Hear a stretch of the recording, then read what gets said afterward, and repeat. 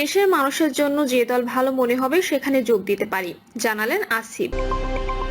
দেশে এখন গণতন্ত্র, নির্বাচন সোনার হরিণ, বললেন আব্দুস সালাম। জানাবো জুন না ডিসেম্বর নির্বাচন নিয়ে কেন এই টানাটানি, এবং সর্বশেষ জানাবো শুধু প্রস্তাবনা নয়, নারী সংস্কার কমিশন বাতিল করতে হবে, বললেন মামুনুল হক। শুনছিলেন সংবাদ শিরোনাম, এবারে বিস্তারিত। দেশের মানুষের জন্য যে দল ভালো মনে হবে সেখানে যোগ দিতে পারি, জানালেন আসিফ। অন্তর্বর্তী সরকারের দায়িত্বের পর রাজনৈতিক দলে যোগ দেওয়া প্রসঙ্গে স্থানীয় সরকার, পল্লী উন্নয়ন ও সমবায় এবং যুব ও ক্রীড়া উপদেষ্টা আসিফ মাহমুদ সজীব ভুঁইয়া জানিয়েছেন এখনো এ বিষয়ে তিনি সিদ্ধান্ত নেননি। যুব ও ক্রীড়া উপদেষ্টা বলেন, এখনো এ বিষয়ে সিদ্ধান্ত নিইনি, যখন সময় আসবে তখন দেশের মানুষের জন্য যেটা বেস্ট অপশন বা ভালো মনে হবে সেখানে যোগ দিতে পারি। তিনি আরো বলেন, ছাত্র দলের নতুন রাজনৈতিক দলে যোগ দিতে হবে এমন কোনো বাধ্যবাধকতা নেই। আসিফ মাহমুদ বলেন, আমার পক্ষ থেকে এখনো পর্যন্ত কোনো সিদ্ধান্ত হয়নি। জুলাইয়ের গণঅভ্যুত্থানে নেতৃত্ব দেওয়ার কারণে মানুষের মধ্যে আমাদের নিয়ে একটা আকাঙ্ক্ষা আছে। তারা মনে করেন আমরা দেশের জন্য দীর্ঘমেয়াদে কাজ করব, তবে কোনো রাজনৈতিক দলে যুক্ত হব তা নির্ধারণের সময় এখনো আসেনি। দেশে এখন গণতন্ত্র ও নির্বাচন সোনার হরিণ, বললেন আব্দুস সালাম। দেশে এখন গণতন্ত্র, নির্বাচন সোনার হরিণ হয়ে গেছে বলে মন্তব্য করেছেন বিএনপি চেয়ারপারসনের উপদেষ্টা আব্দুস সালাম। তিনি বলেন, ভোটের অধিকার ও গণতন্ত্রের আন্দোলন আজ দেশের সব রাজনৈতিক দল এবং সাধারণ মানুষের জন্য অপরিহার্য হয়ে গেছে। জনগণ চায় একটি সংস্কার করা রাজনৈতিক ব্যবস্থার মাধ্যমে সুষ্ঠু নির্বাচন। বিএনপি যে সংস্কার করেছে অন্য কোনো দল তা করতে পারেনি। বিএনপির ভারপ্রাপ্ত চেয়ারম্যান তারেক রহমানের বক্তব্য উদ্ধৃত করে আব্দুস সালাম বলেন, আমরা আইনের শাসন চাই, দ্বিকক্ষ বিশিষ্ট সংসদ চাই এবং এরপর দুইবারের বেশি কেউ যেন প্রধানমন্ত্রী না হতে পারে এমন ব্যবস্থাও চাই। ভোটাধিকার ও গণতন্ত্র ফিরিয়ে আনতে অবিলম্বে নির্বাচিত সরকারের প্রয়োজন বলে মন্তব্য করেন আব্দুস সালাম। তিনি বলেন, এই মুহূর্তে অন্তর্বর্তী সরকারকে দ্রুত নির্বাচনের ব্যবস্থা করতে হবে এবং জনগণের আস্থা অর্জন করতে হবে। সীমান্তের উপর থেকে ফ্যাসিস্টের কথাই কিছু হবে না, এদেশ চলবে জনগণের ভোটে নির্বাচিত সরকারের মাধ্যমে। জুন না ডিসেম্বর নির্বাচন নিয়ে কেন এই টানাটানি। ছাত্র জনতার অভ্যুত্থানে ফ্যাসিবাদী আওয়ামী লীগ সরকারের পতনের পর গঠিত অন্তর্বর্তী সরকার দেশের বিভিন্ন খাতে সংস্কারের কাজ করছে। জনদাবি অনুসারে জাতীয় সংসদ নির্বাচন আয়োজনের মাধ্যমে রাজনৈতিক শক্তির কাছে ক্ষমতা হস্তান্তরেরও আলাপ করছে তারা। তবে নির্বাচন অনুষ্ঠানের সময় নিয়ে বিভিন্ন আলোচনা তৈরি হয়েছে। দেশের অন্যতম প্রধান রাজনৈতিক দল বিএনপি চাচ্ছে আগামী ডিসেম্বরের মধ্যে নির্বাচন হোক। জামায়াতে ইসলামীও আগামী রমজানের আগে নির্বাচন চায়। এছাড়া বেশিরভাগ রাজনৈতিক দল বিএনপির সঙ্গে সুর মিলিয়ে ডিসেম্বরের মধ্যে নির্বাচন করার দাবি তুলেছে। বামপন্থী দলগুলো দ্রুত নির্বাচনের দাবি জানাচ্ছে। জুলাই অভ্যুত্থানে নেতৃত্ব দেওয়া সংগঠকদের নিয়ে গঠিত নতুন দল জাতীয় নাগরিক পার্টিও বলছে, ফ্যাসিবাদের নেত্রী শেখ হাসিনার বিচার সহ তাদের দাবি পূরণ হলে যে কোনো সময় নির্বাচনে তারা রাজি।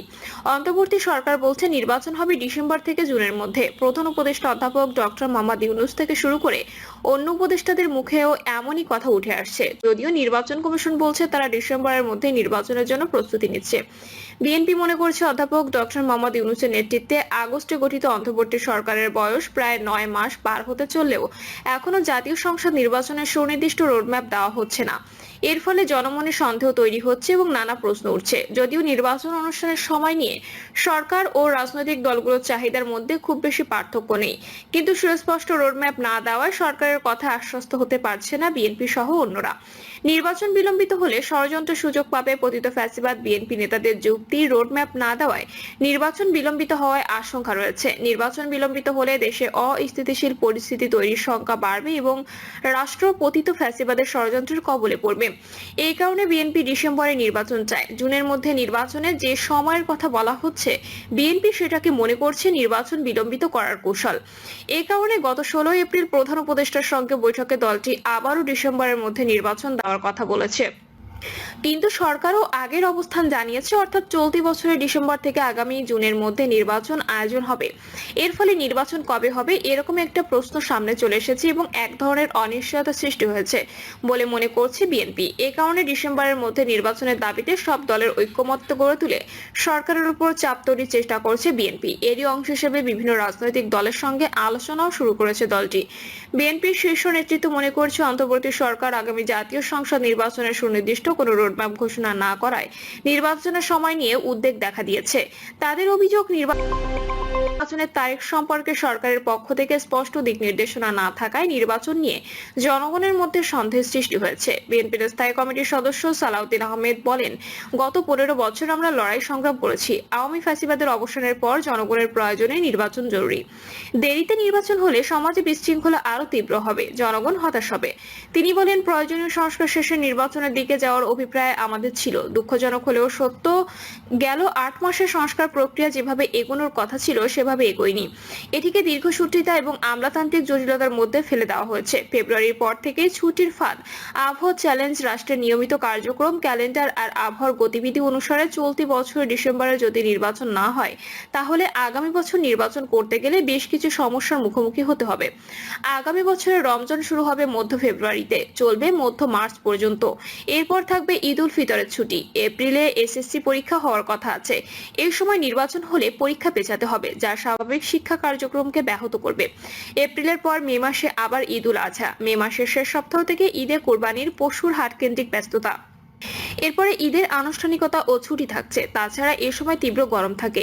জুন থেকে আবহাওয়া আরো খারাপ হতে থাকে। এরপর আছে বর্ষাকাল। আবহাওয়া আবার স্বাভাবিক অবস্থায় ফিরে আসতে নভেম্বর ডিসেম্বর সময় লেগে যাবে।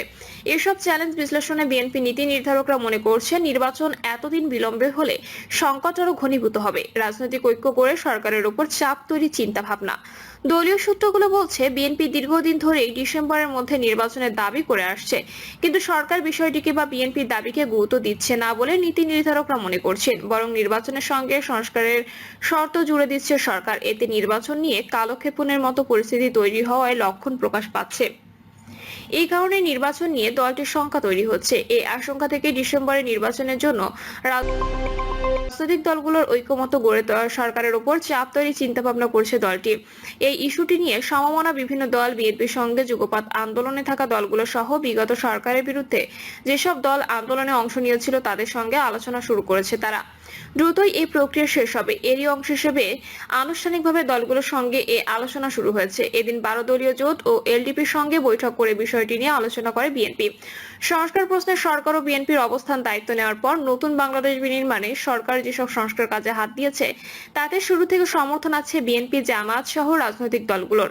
সরকার বলছে, রাজনৈতিক দলগুলো ছোট পরিসরে সংস্কার চাইলে নির্বাচন ডিসেম্বরে হতে পারে, তবে বৃহত্তর পরিসরে হলে আগামী বছরের জুনে নির্বাচন অনুষ্ঠিত হবে। আর বিএনপি সহ দলগুলো নির্বাচনের জন্য প্রয়োজনীয় সংস্কার শেষে ভোট আয়োজনের কথা বলে আসছে। বিএনপির হাইকমান্ড বলছে, নির্বাচনের জন্য যতটুকু সংস্কার প্রয়োজন তা দ্রুত করে ফেলা সম্ভব, ফলে নির্বাচনও দ্রুত করা সম্ভব। সংস্কার একটি চলমান প্রক্রিয়া।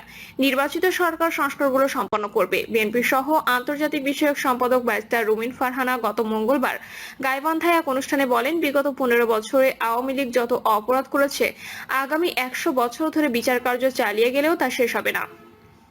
তাই সংস্কার আর বিচার শেষ করার চিন্তা থেকে বেরিয়ে এসে দ্রুত নির্বাচনের আয়োজন করতে হবে।